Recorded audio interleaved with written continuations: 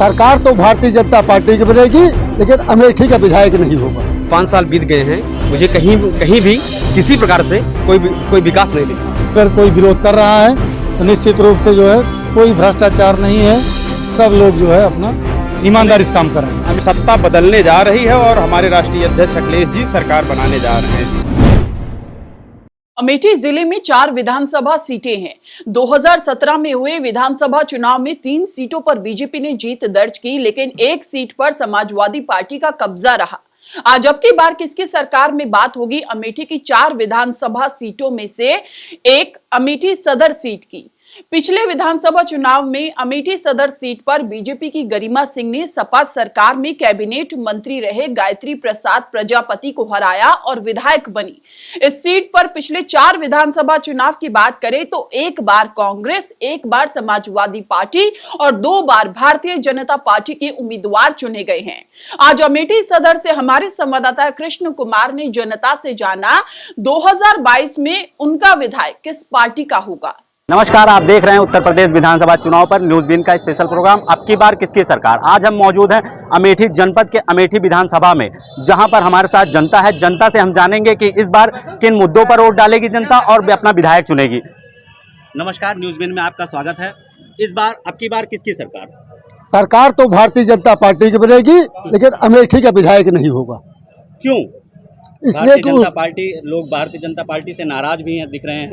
नहीं, नाराज होना अलग चीज है, लेकिन सरकार तो भारतीय जनता पार्टी की बनेगी, लेकिन अमेठी का विधायक नहीं होगा। कहाँ के विधायक होंगे? भारतीय जनता पार्टी का अमेठी का विधायक नहीं होगा, मेरे कहने का अभिप्राय ये है। तो लोगों की मानसिकता है, लोग सपा को वोट देना चाहते हैं। अब किसको देंगे वो अमेठी की जनता जाने, इसलिए कि मैं अपने मत का प्रयोग करता हूँ, अपने मत का पर विश्वास करता हूँ। जनता जनार्दन जिसको वोट देगी वो जनता का निर्णय सर्वमान्य है। मुझे आप किसको वोट देंगे?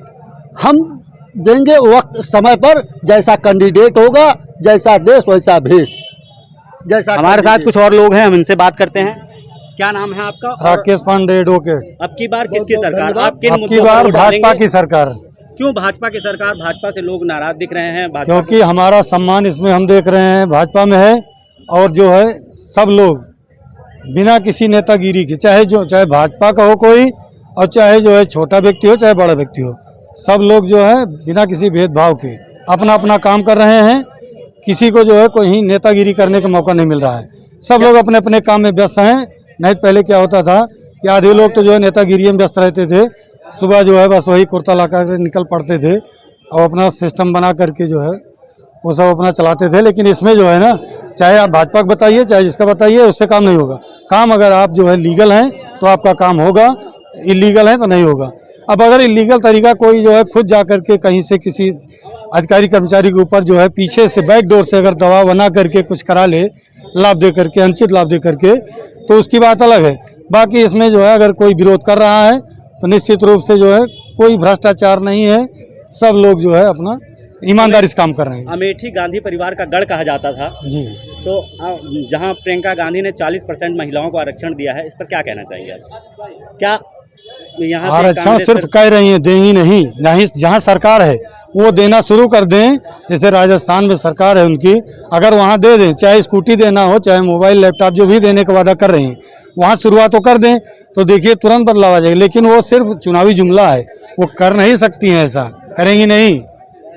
तो क्या लगता है कांग्रेस इस बार सरकार बना पाएगी? कांग्रेस तो कहीं है ही नहीं। कांग्रेस को तो जो है हो सकता है मोदी जी कहें कि भैया 10-20 वोट इनको भी हर बूथ पे डाल देना, ये हालत आ गई है, समझे। हमारे साथ कुछ और लोग हैं। क्या नाम है आपका और अब की बार किसकी सरकार? मेरा नाम हिमांशु पांडे है। अब की बार जनता की सरकार होगी। कौन से मुद्दों पर वोट डालेंगे आप? अपना विधायक चुनेंगे? मैं विकास के मुद्दे पर वोट डालूंगा और अपना विधायक चुनूंगा। किसको चुनेंगे? विधायक तो चुनना ही है, आप किसे विधायक चुनेंगे? अब बात यहाँ तक पहुँच गई है कि 5 साल बीत गए हैं, मुझे कहीं भी किसी प्रकार से कोई विकास नहीं दिखा। अब जनता के बीच कोई नया चेहरा आए, वो चाहे किसी भी पार्टी का हो, चाहे समाजवादी पार्टी का हो, चाहे भारतीय जनता पार्टी का हो, चाहे कांग्रेस का हो, जो विकास की बात करेगा, नवयुवकों के विकास की बात करेगा, शिक्षा की बात करेगा, बेरोजगारी की बात करेगा, मैं उसको वोट करूँगा। अखिलेश का कहना है कि यहाँ से हम 400 कुछ सीटें निकालेंगे, तो क्या अखिलेश जैसा नेता पूरे हिंदुस्तान में नहीं है। धरतीपुत्र मुलायम सिंह यादव मतलब उनके पिताजी ने जो कार्य किए हैं उसको तमाम पार्टियां अपना भुना रही हैं। अखिलेश जी ने जो कार्य किए हैं वो लाजवाब हैं। उन्होंने वादे किए तो पूरे किए। वो अलग बात है कि सत्ता में आना और सत्ता में जाना। क्या जी। नाम है आपका? और मैं- अब की बार किसकी सरकार? मैं मनीराम वर्मा, विधानसभा अध्यक्ष समाजवादी पार्टी से हूं और सरकार अब की समाजवादी पार्टी की बन रही है। ये जनता ने पूरा, आप लोग देख रहे होंगे मीडिया के लोग, जिस तरह से हमारे राष्ट्रीय अध्यक्ष अखिलेश यादव जी की जनसभा में भीड़ों का सैलाब आता है। जब सैलाब आता है तो इशारा हो जाता है और यहाँ की जनता खामोश है, क्योंकि जब जनता खामोश हो जाती है तो सत्ता का परिवर्तन निश्चित होता है और सत्ता बदलने जा रही है और हमारे राष्ट्रीय अध्यक्ष अखिलेश जी सरकार बनाने जा रहे हैं। किसानों के हित और हक अधिकार, नौजवानों, बेरोजगारों की बात करने वाली सिर्फ समाजवादी पार्टी सरकार है। उनके द्वारा जो भी कार्य किए गए हैं उसको आज भी जनता याद कर रही है। इस नाते धरतीपुत्र मुलायम सिंह जी के बेटे माननीय अखिलेश यादव जी को दोबारा उत्तर प्रदेश की जनता मुख्यमंत्री बनाना चाह रही है। क्या नाम है भैया? अब की बार किसकी सरकार? मेरा नाम आप किन पिंटू मुद्दों पर वोट? मेरा नाम पिंटू यादव है। अब की बार समाजवादी पार्टी की सरकार। और मुद्दे जो स्थानीय मुद्दे हैं, बेरोजगारी, स्वास्थ्य सुविधाओं में बदहाली, व्याप्त भ्रष्टाचार एवं जनहित के मुद्दे, खाद की समस्या, जो लोगों को चलना दूभर हो रहा है खराब सड़कों की वजह से, और सबसे बड़ी समस्या छुट्टा जानवर हैं जो किसानों की फसल को बर्बाद कर रहे हैं। इसमें जो भी हो, किसी भी पार्टी से कोई भी व्यक्ति हो, उसको मायने नहीं रखता है, लेकिन मैं जानता हूं कि जो किसान घर से है वो हर व्यक्ति पीड़ित है छुट्टा जानवरों से। तो इस बार किसको वोट डालेंगे आप?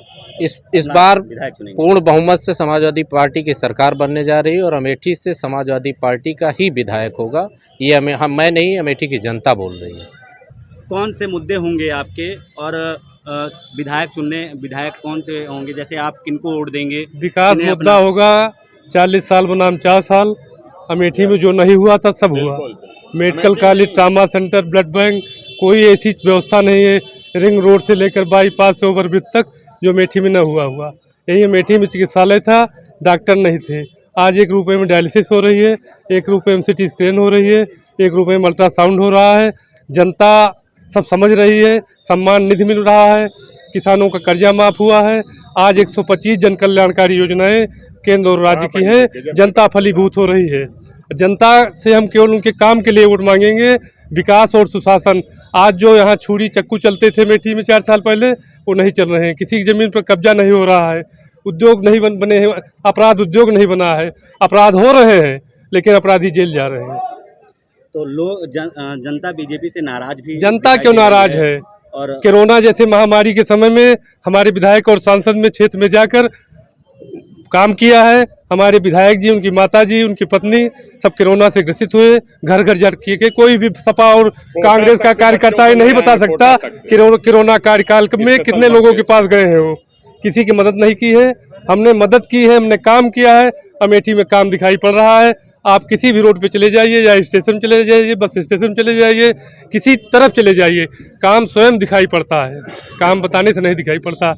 आज CSC देख लीजिए, जिला अस्पताल देख लीजिए, आज मेडिकल कॉलेज मिला है। क्या नहीं मिला है अमेठी को? क्या था? क्या ताजमहल था जो भाजपा ने गिरा दिया 4 साल पहले? और क्या नहीं था जो नहीं किया उसने? तो इस तरह सबके अलग अलग मुद्दे हैं, सब अलग अलग मुद्दों पर वोट डालेंगे। एडवोकेट साहब ने एक बड़ा इंटरेस्टिंग शब्द कहा। इन्होंने कहा कि अमेठी में जिला अस्पताल और डॉक्टर हैं।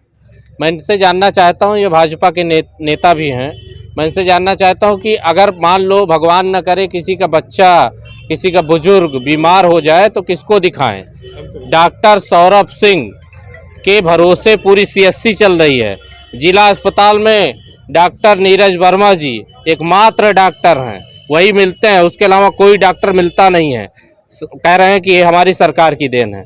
जिला अस्पताल समाजवादी पार्टी की सरकार में बन के तैयार हुआ, उद्घाटन भी किया गया। उद्घाटन का उद्घाटन ये सरकार करती है।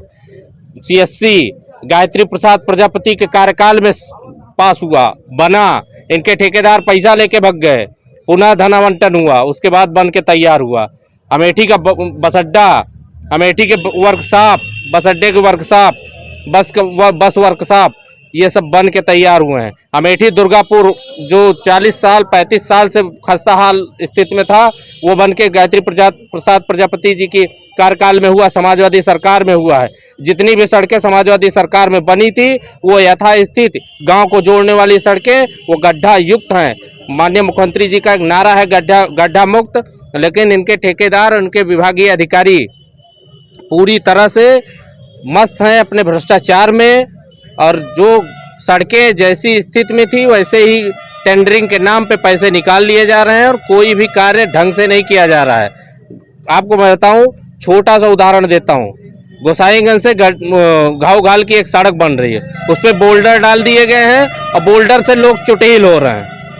पर डे की हालात ये है कि 2 से 3 बुजुर्ग घायल होते हैं, किसी का हाथ टूट रहा है, किसी का पैर टूट रहा है। बोल्डर डाल दिया गया, उस पर रोलर भी नहीं चलवाया गया।